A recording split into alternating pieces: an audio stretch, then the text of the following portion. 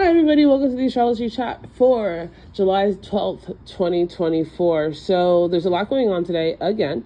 And so the keys for today are to, before you jump into anything, make sure that you're not repeating a karmic cycle.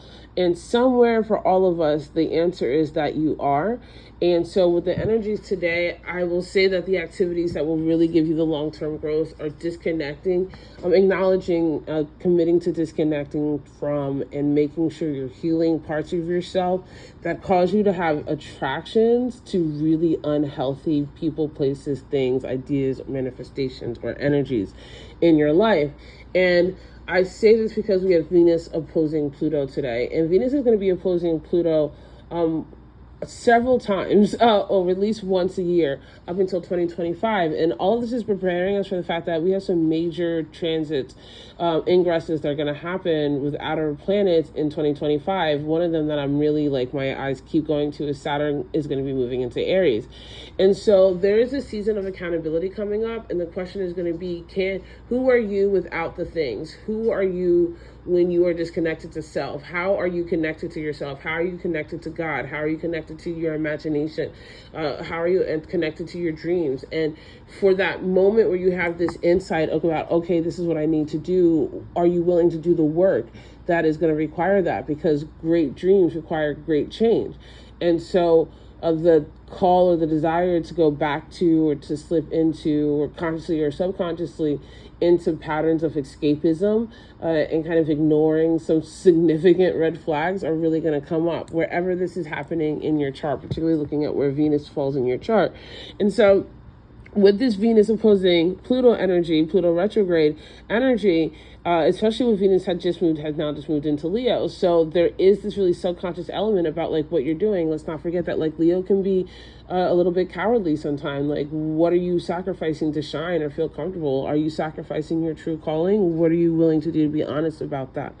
And so while all of this is happening in the background, we have the moon in Libra. The moon in Libra is about our connection. It's about balance. It's about us with other people. It's about the self versus other people. It's about, is there really a balance with love, right? And this is Venus is the ruling planet of Libra. So there is a lot of play about, again, paying your attention to where those north and south nodes are, of what you need to disconnect with other people so that you can get real with yourself. And when you really go into this internal space of really having a connection and relationship with yourself, with God, with the divine, that ultimately is going to change the kind of engagement you have with other people.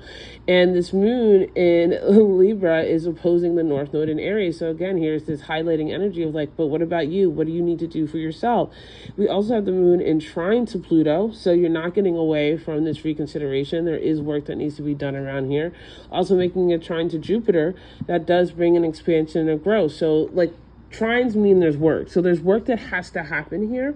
It's work that you are maybe aware of. It's work that you've been trying to ignore. It's something that needs to be addressed, right? And there is also a Setsky square with Mars, which can be a really irritating energy, and also a Setsky square with Uranus. So we have this very irritating energy that is not saying to you, go and find your next demon, right? It's saying to you, go and sit down and deal with your own and talk to God and do the healing that you need to do, especially since we're going to have some major ingresses in 2025. And the one that I just keep getting, my eyes just keeps going to, is Saturn moving into Aries. And when Saturn moves into Aries, Saturn doesn't want to hear about, God doesn't want to hear, the divine doesn't want to hear about why you didn't do what you were supposed to do because of other people. Or that you were afraid to really go and become what you need to become because you were uncomfortable.